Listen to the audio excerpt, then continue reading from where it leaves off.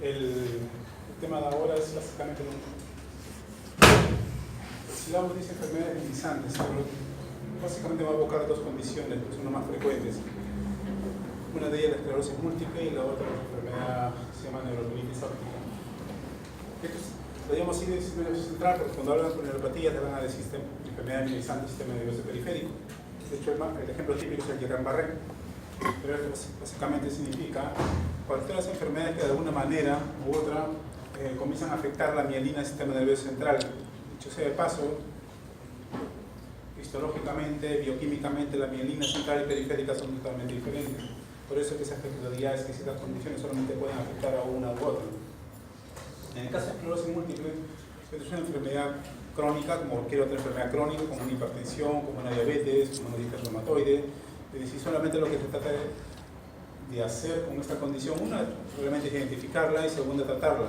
Pero como cualquier enfermedad crónica, lo que se trata de hacer es controlarla. Porque hasta el momento ninguna enfermedad crónica en medicina, no hablo de neurología, en medicina en general ninguna enfermedad crónica se cura, solamente se controla. Entonces, hay diferentes formas de presentación de esta enfermedad, por eso que es muy heterogénea y a veces pues, también eso hace difícil su identificación. Acá puesto iniciales, que más o menos es la nomenclatura internacional y cómo se puede reconocer las diferentes formas de esclerosis múltiple. De hecho, la más frecuente es la remitente recurrente. Y eso, si ahora es relativamente, digamos, no es difícil de tratar de considerar esta enfermedad, imagínense ustedes en los años 1700, 1800, en que una persona de un momento a otro pierde la visión, pasan unas 2 semanas, lo recupera.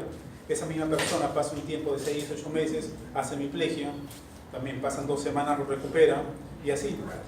Entonces esos eran grupos de personas que lo tomaban como histéricos o como simuladores, y como en esa época todo lo que es desconocido era algo maligno, generalmente esas personas los internaban.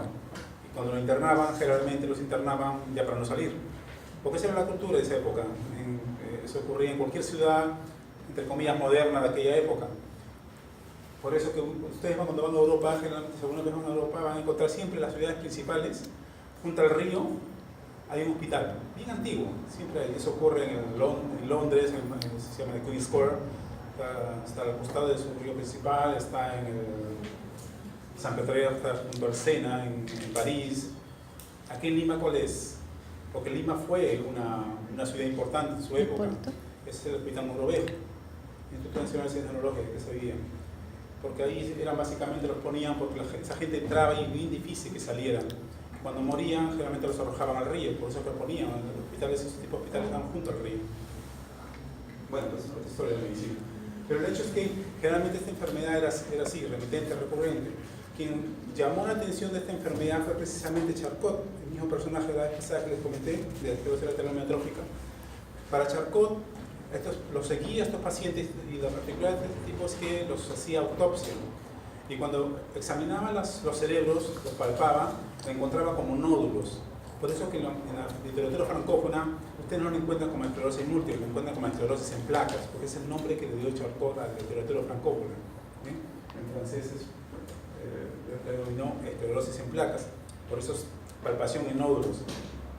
Encontró él ahí.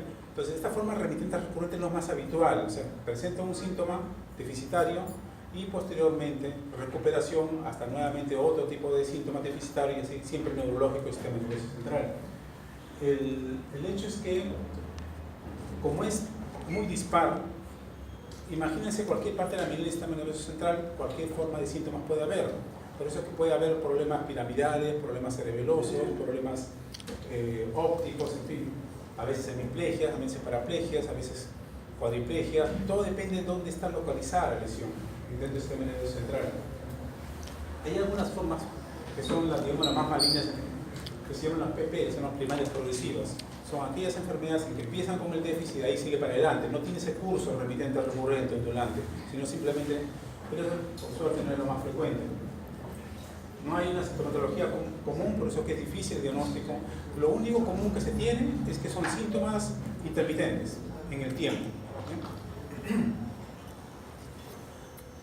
Lo claro también que está es que esta es una enfermedad que tiene cierta predominancia a nivel mundial. Es decir, la mayoría, más del 90% de pacientes en el mundo están localizados en el hemisferio norte. Después vamos a ver cuál es la explicación de esta condición. Está en el hemisferio norte, muy poco se encuentra en el hemisferio sur, y los pocos que se encuentran, muy pocos son nativos, pero dentro de esos pocos, la mayoría son de pacientes que vienen de otros lugares, de personas que son migrantes, que vienen y que en el hemisferio sur hacen la enfermedad. Son lesiones desmielizantes, son puntuales, el síntoma debe ser deficitario, pero para diferenciar, por ejemplo, un accidente isquémico transitorio, que también es un síntoma focal deficitario neurológico, la diferencia es que este tipo de déficit dura más de 24 horas. Porque por definición un accidente isquémico transitorio dura menos de 24 horas. Esa es la brecha que se pone para esta condición. Un síntoma deficitario focal que dura más de 24 horas. Las zonas más frecuentes, como ven ahí, son estos lugares donde se localizan las placas desmielizantes, y dependiendo del lugar donde está para dar el síntoma. Acá quizás le llama la atención a ustedes que por ejemplo ponemos al primer par, también al segundo par, y había dicho al inicio que el sistema nervioso periférico tiene otro tipo de mielina. Entonces, ¿por qué afecta esta enfermedad, que es de lesión del sistema nervioso central, al primer par y al segundo par, al olfatorio y al óptico? Sencillamente porque estos nervios no son nervios en realidad. Histológicamente no son nervios de ninguna manera, son solamente prolongaciones de sustancia blanca que han salido del cerebro. Uno que es un poco burdo dice sustancia blanca que ha salido del cerebro. Esos son los nervios. Desde el punto de vista de enfermedad tenemos dos tipos de lesiones, dos tipos de placas, podemos decir, desmielizantes. Uno que da la lesión aguda y otro la lesión crónica. Porque después que ocurre una inflamación, luego ocurre la reparación, y la reparación generalmente es con reacción gliótica. Si bien hay pérdida neural, sobre todo hay gliosis. Esta reacción aguda es la inflamación, y esta es la que da el síntoma deficitario. Lo que va a dar la secuela, porque si no se trata esta enfermedad, las inflamaciones se van acumulando y van perdiendo mielina, y eso significa la lesión crónica. Y esta lesión crónica es la que va a dar la secuela.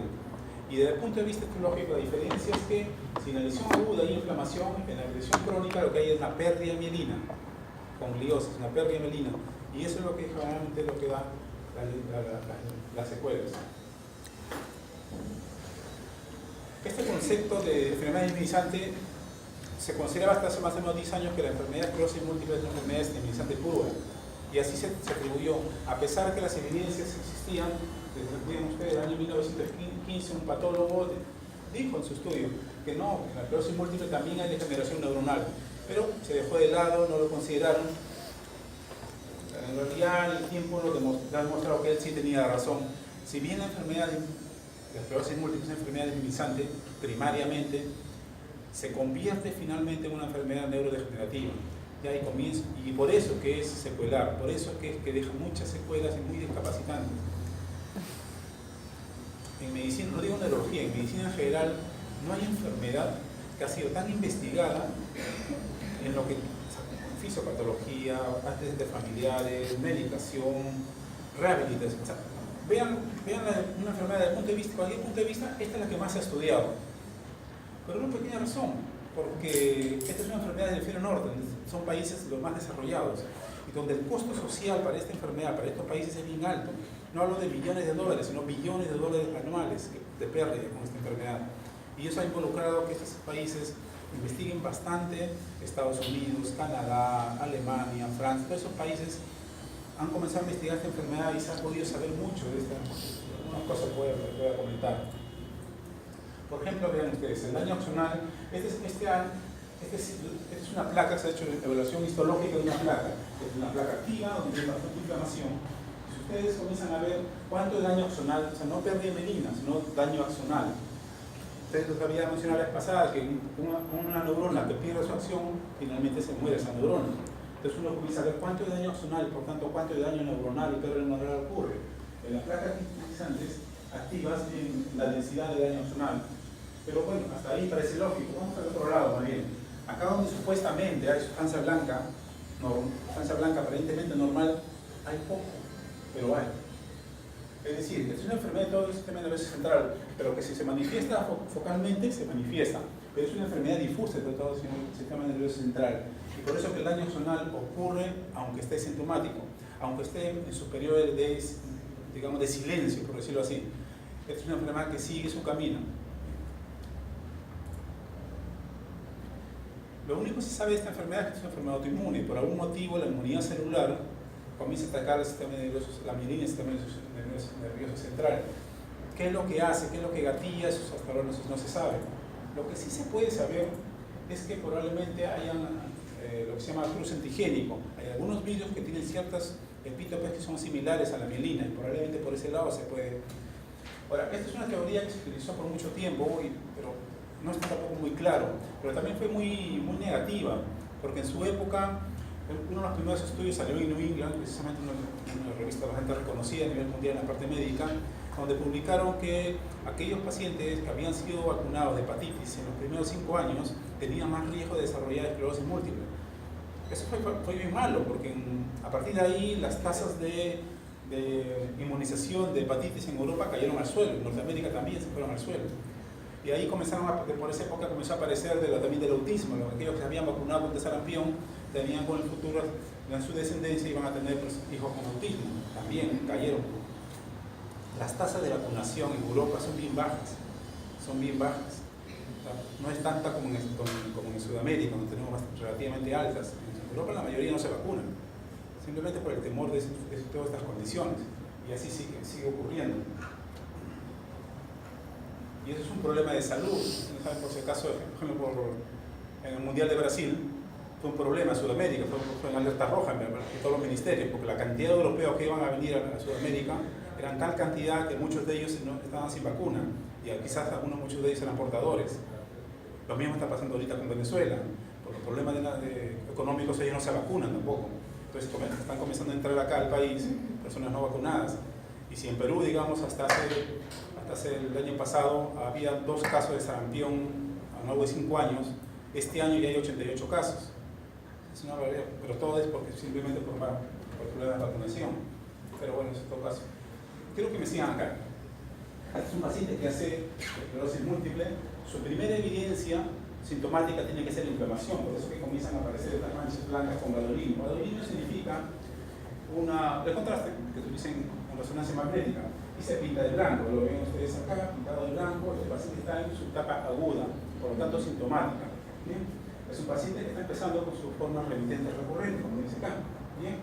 Y las lesiones que van a ver en la resonancia magnética, como dice acá, son captadores de contraste. Hasta ahí es una inflamación, parte activa, que puede ser unifocal o multifocal.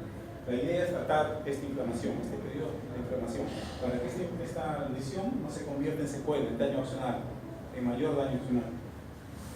Pero en la medida que avanza el tiempo, cuando ya la mielina se va perdiendo, porque se pierde poco a poco, se va cayendo el fenómeno inflamatorio y comienza a aparecer lo que antes poco a poco había. Comienza a haber ya atrofia cortical. La atrofia cortical no significa de que en este paciente ya prácticamente el daño neuronal es bastante evidente. Obviamente ya no van a encontrar inflamación, porque ya prácticamente no hay mielina. Entonces, buscar inflamación en estos pacientes es insulso, no van a encontrarlo. Lo que van a encontrar es atrofia cortical. Entonces, este paciente que empezó a ser remitente recurrente se convirtió ya en una esclerosis múltiple progresiva, sigue para adelante. Ya no son esas ondas de sintomáticas, sino que sigue para adelante. Entonces acá ya entra la fase de neurodegeneración. Por eso que estos pacientes pueden terminar en demencia si es que no los tratan. Demencia, cuadriplegia, semiplegia, ¿sí? Dependiendo de dónde está la principal lesión. Esto es más. Acá quizás lo más interesante es esto de acá. ¿Ya? Este es el día en que empieza el síntoma. Acá están las placas. ¿Okay? Están las placas desminimizantes, agudas.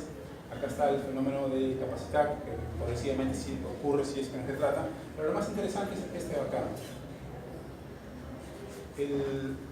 Antes que una persona sea sintomática, ya tiene placas ya en el cerebro, tiene placas desminimizantes. ¿Cómo se ha podido saber esto? Haciendo seguimientos de hermanos gemelos en países que tienen alta incidencia de esclerosis múltiple. Entonces comienzan a seguir. O sea, esta enfermedad estudia desde recién nacidos. Hay grupos de estudio que han tenido 60, 50 años todavía y lo siguen estudiando todavía. Entonces, han visto en los personajes, los hermanos gemelos, que entre las que uno de ellos ha hecho esclerosis múltiple y el otro no lo ha hecho, cuando le hacen resonancia, que no lo ha hecho, lo ven que tiene placas desminimizantes. ¿En qué momento hará la enfermedad? Eso no se sabe, o por lo menos sintomáticamente, pero ya tiene la enfermedad. Entonces, esta es una enfermedad que empezó mucho tiempo antes que ocurra el primer síntoma. Este deterioro cognitivo que se había dicho es progresivo en la medida que hay un daño zonal, se va acumulando poco a poco. La esperanza de vida también ocurre va bajando con esta enfermedad, por eso para estos países es bastante costoso. Esta es la incidencia, vean ustedes donde está pintado de azul, donde más esclerosis múltiple hay. Estamos hablando de acá en Norteamérica, estamos hablando de acá de zona de Europa, los países escandinavos. Quizás el único que se salva, que involucra también más o menos una incidencia similar al hemisferio norte, son Australia, Nueva Zelanda. Y esto probablemente se explique, y de hecho lo explican, probablemente sí lo explican, porque cuando comenzaron a hacer estudios de histocompatibilidad en grupos familiares de esclerosis múltiple, comenzaron a ver y comenzaron a seleccionar, es un estudio que se hizo más o menos hace 30 años, y comenzaron a ver que dónde había empezado este proceso científico de histocompatibilidad, que todo empezó en los países escandinavos. Y eso probablemente explique por qué los escandinavos a América vinieron a Norteamérica. Los españoles vinieron a Sudamérica, pero los escandinavos vinieron a Norteamérica. Entonces, todos esos genes que tenían, pues, los llevaron a Norteamérica, los llevaron a Inglaterra. Y Inglaterra tenía una de sus primeras colonias, fue precisamente Australia y Nueva Zelanda. Y después de Inglaterra se diseminó por toda Europa. Por eso hasta ahora se mantiene esa prevalencia de priorización genética de esta enfermedad, sobre todo en el hemisferio norte. Lo que sí está claro, no está claro es que si bien es una enfermedad que empieza mucho tiempo antes del síntoma inicial, porque ya las placas están presentes, ¿qué es lo que hace que esta enfermedad se presente?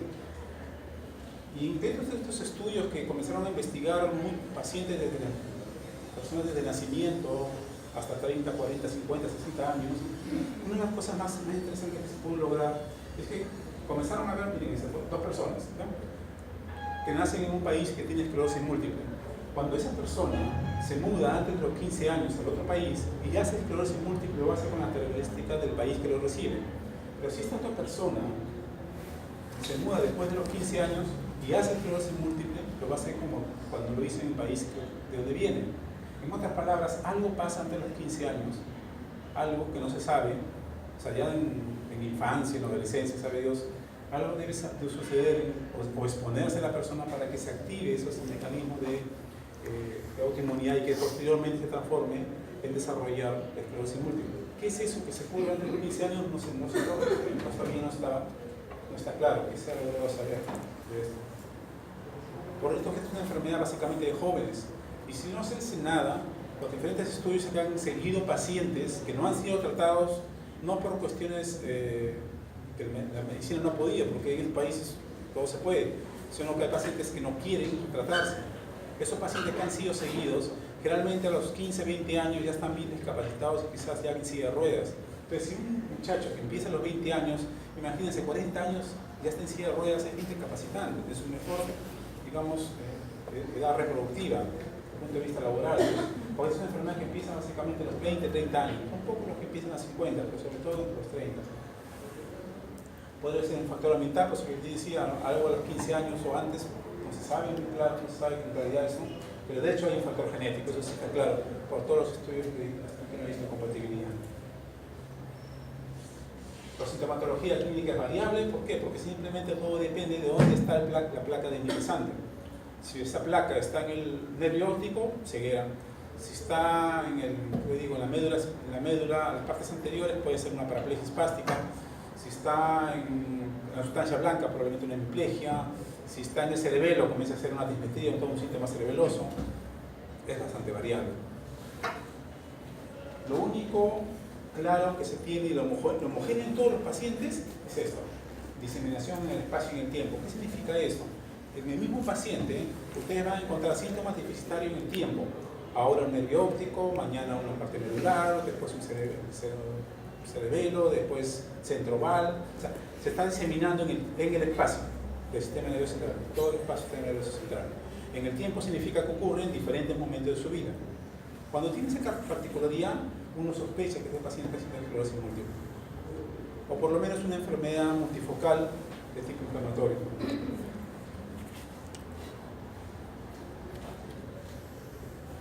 El diagnóstico de sospecha es básicamente clínico, ¿okay? el estudio primordial para estos pacientes es la resonancia magnética. Hasta antes que aparezca la resonancia se utilizaba sí o sí el nicosoferroquídeo. Ahora cada vez se está dejando de lado. Básicamente se utiliza en casos en donde hay cierta duda o no está clara las imágenes de la resonancia, porque a veces la resonancia tampoco no ayuda al 100%. Entonces, pero la resonancia magnética podría decirse que más o menos un 90% de pacientes ayuda a determinar o a diferenciar cuando una placa divinizante es esclerosis múltiple. Un rato le voy a explicar qué significa esto.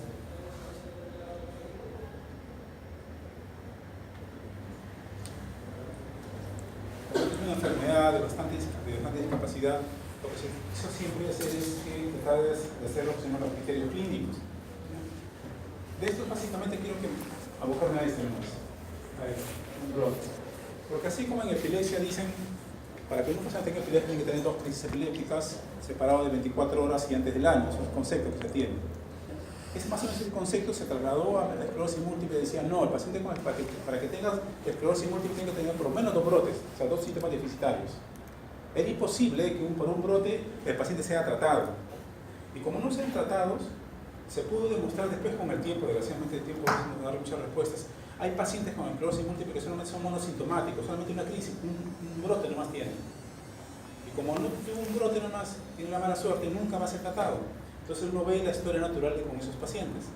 Y estos pacientes terminaban en silla de ruedas, siendo jóvenes. Porque nunca se había tratado, nunca se trataron.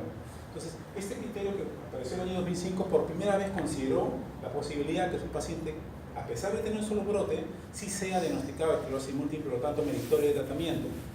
¿Y cuál es lo que se apoya? Que en la resonancia magnética tenga demostración también en el espacio y en el tiempo de lesiones desmineralizantes. Así como clínicamente se tiene diseminación en el tiempo y el espacio, en la resonancia también se puede ver. En el espacio, porque van a haber placas crónicas antiguas en diferentes lugares del medio central. Y en el tiempo, porque algunas van a ser captadoras y otras no. Por lo tanto, son de diferente tiempo. Entonces, con eso suficiente ya se comenzaron a tratar pacientes con un solo brote. Estas son las diferentes formas que les había dicho, remitentes recurrentes, que es lo más frecuente. Los más malignos son los primarios progresivos, empiezan y siguen para adelante.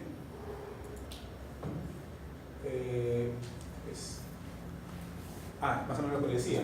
Miren ustedes, estos eran pacientes que tenían solamente una sola crisis.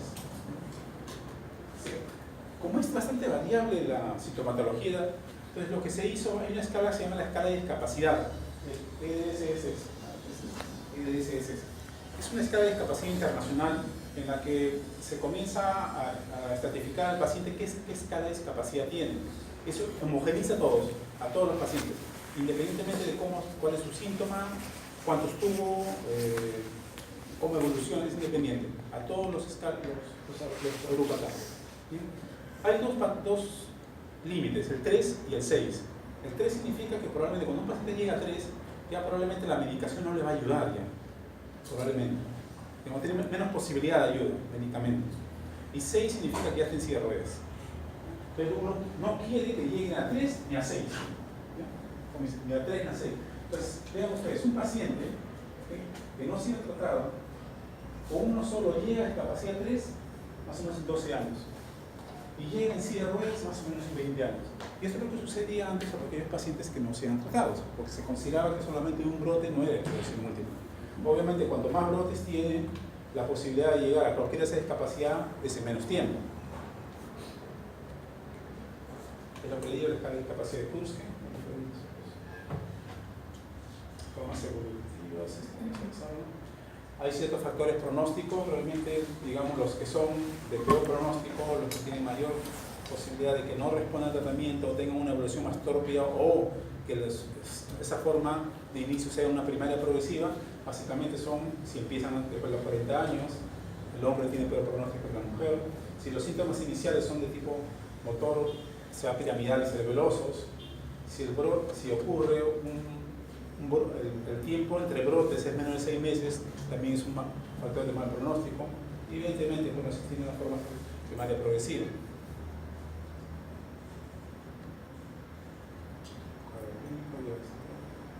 Se hace un diagnóstico diferencial. Es muy engorroso el trabajo con estos pacientes, porque se hacen muchos estudios para... De hecho, lo que más tratamos de descartar. Uno son la vasculitis, porque la vasculitis también da foco de inmunización en el sistema nervioso central. Y la vasculitis es un tipo de tratamiento inmunosupresor que no es nada complejo, que tiene mucho mejor pronóstico que una esclerosis múltiple, pero hay que estar bien claros si es que esas placas o esa enfermedad, por más que sea placas minimizantes multifocales y deficitaria, puede hacer una vasculitis. Entonces, se hacen diferentes tipos de exámenes de acuerdo a la condición del paciente. Acá le estoy dando más o menos esta es una placa de resonancia magnética donde ven ustedes estos agujeros. Esto es lo que los neuroradiólogos llaman los black holes, los agujeros negros. Estos son placas antiguas, crónicas, que dan la sintomatología secular. Pero cuando a este paciente le ponen gadolinio y enciende estas placas, estos son los activos. Entonces es un paciente que tiene tanto placas activas como placas crónicas.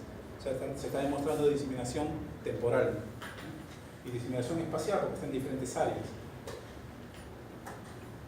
Acá también vemos las placas que ven acá.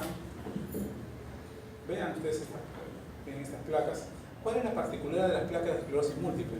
Que generalmente prácticamente el 90% son ovoides. Eso es bien típico, o son ovoides. ¿Ya? Y donde el eje mayor es perpendicular a la cavidad ventricular. No sé, eso es bien típico de esclerosis múltiple.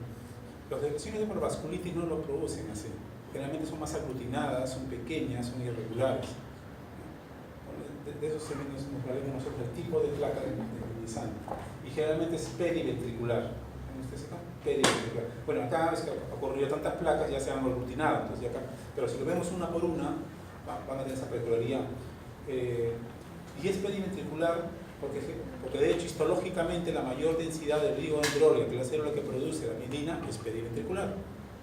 Eso explica por qué tiene esa predilección. Ahora, ciertamente, a veces nos confunde, porque esto parece un tumor maligno. El glioblastoma multiforme es así, también se ve, con una captación anular. A veces puede tener placas sencillas, heterogéneas diferentes a lo habitual. A veces localiza en otras partes que no es el cerebro, sino en el tronco cerebral, que ahí ya es irregular. Entonces eso ya son formas, digamos, inhabituales, digamos. En la médula espinal también se encuentra, como acá. Es lo que se había dicho, cómo es una placa desminimizante. Estos son, así como hay criterios clínicos, también hay criterios radiológicos. En Europa, en Estados Unidos, tratan de ser lo más precisos posibles de detectar que esa enfermedad es esclerosis múltiple. O sea, han trabajado bastante en esto para que,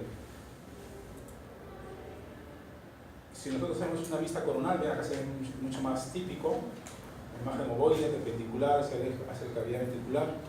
Esto es lo que los radiólogos llaman la llama del sol. Cuando son muchas parece el sol, la llama del sol. Acá tenemos más placas, algunas, pero todas son periventriculares. ¿Para qué nos sirve esto de saber cómo están las placas? Porque también de eso depende cuántas placas tenemos antes del tratamiento. De eso nos va a dar el pronóstico de con qué velocidad puede llegar al EDSS 3 o 6. ¿Ya? Cuanto más placas tenemos al inicio, el tiempo más corto y más pacientes que van a llegar. Entonces eso también es importante, ¿ya? Para afrontar el pronóstico. Si se pide sus placas, si a veces hay pocas placas o muchas placas, para darle más o menos un pronóstico al paciente que se espera de esta evolución de ellos. Los agujeros negros, con gadolinio, pasamos. El tratamiento de esta enfermedad básicamente se ocupa de dos aspectos. Una, de la inflamación, o sea, la sintomática, y dos, qué hacer después. La sintomática es sencillo, simplemente es un corticoide. El corticoide que se utiliza básicamente es el methylprednisolona. Tratamiento de las recaídas, como lo he puesto acá, tratamiento de las recaídas, y lo otro es el tratamiento inmunomodulador, para que se pueda modificar la historia natural de la enfermedad, ya que hay una multiplicidad de agentes que actualmente ya tenemos, muchos de ellos ya los tenemos acá en el Perú. La verdad es que no sé por qué tanto hay, nosotros no tenemos mucho, pero hay. Pero de hecho esto es un tratamiento caro, ¿no? Uno baja de entre $1.500 a $2.000 mensuales, ¿sí? Y al paciente que recibe esta medicación, pues tiene que tomar por lo menos un año. O sea, si va a tomar 2, 3, 4, 6 meses, pierde plata, mejor no lo haga, porque no va a tener efecto. Eso es a largo plazo. corticoides, tratamiento de las recaídas, metilprednisolona, 3-5 días, es bastante variable, pero por lo menos 3 días, la mayoría opta por 5, y después se completa 2 semanas con prednisona. Es sencillo el tratamiento de estos pacientes. Tiene que estar hospitalizado porque esta es una infusión endovenosa. La metilprednisolona se infunde en 6 horas. Tiene que ser así, no se le pone en bolo. No es como la dexametasona, que lo pueden poner en bolo. Pero es el único corticoide que ha demostrado efectividad para esta enfermedad. No hay otro. O sea, no utilizar hidrocortisona, dexametasona, tiene que ser metilprednisolona. Tratamientos inmunomoduladores, los primeros que se conocen y los que más experiencia tienen son los interferones. ¿Bien? Estos están autorizados para esclerosis múltiple de multitas recurrentes y para secundarias progresivas. Están ya autorizados. Estos son los que ahora, actualmente en el país solamente tenemos Abonex y Revif. Antes teníamos los 3. Hay diferentes tipos, algunos de colocación semanal, otros interdiarios, otros 3 veces por semana, algunos intramuscular, subcutáneo. Cada uno tiene sus preferencias. Cada uno tiene preferencia. Esto es como una pelea entre ellos porque tratan de captar más pacientes para cada una de estas marcas de medicamento. Y de hecho, cuando se les coloca interferón, la progresión a los 2 años, vean, es mucho menor que cuando se coloca placebo. De la misma manera, de forma inversa, los que utilizan interferón tienen menos riesgo de desarrollar nuevos brotes en los siguientes 2 años. Pero no solamente eso, vemos cómo en resonancia magnética también se ve la mejoría, no solamente clínicamente, sino también en la resonancia. Pero esta evidencia se ve en los 2 años, porque mira, en el primer año va a similar tanto la presentación como la protección, pero ya a los 2 años ya se ve la diferencia. Como anécdota más para decirles, en Estados Unidos hubo el Abonex y el Revif.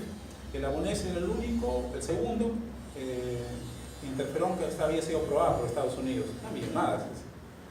Cuando Revif entra a un protocolo de estudios y Revif al año dice, no, yo también demuestro tanto como Abonex. Entonces la FDA la autoriza también a Revif. Lo que hicieron los de Abonex, siguieron el estudio y demostraron esto, ¿no? Que a los 2 años nosotros somos diferentes a ellos. Los de Abonex le demandaron a la FDA y ganaron una millonada, porque hicieron una autorización previa a grabar un estudio. Porque esta es una especie de, a veces entre ellos también mucho de cualquier industria. Pero lo más interesante es también hacer una protección cortical. ¿Ya? Vean ustedes, cuando se utiliza el interferón, el grado de protección este es el primer año hasta el segundo año. ¿Cómo protege? La reducción de tasa de reducción de área cortical cerebral versus placebo. Entonces, utilizar interferón tiene que ser por lo menos 1 año. Estos estudios demuestran que por lo menos tiene que ser 1 año para que sea